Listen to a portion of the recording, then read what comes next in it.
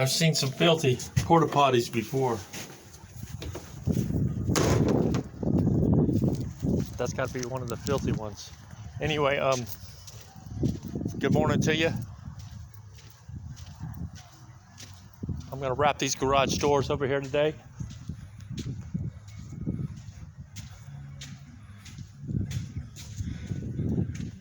They got to be furred out a little bit. Whoever did the woodwork didn't do a very good job, but anyway, I got this one furred out already on both sides. But anyway, that's just part of the job, people. You got to go behind people and make your crap look good, make your job better or whatever. You know what I'm saying? Just the name of the game, people.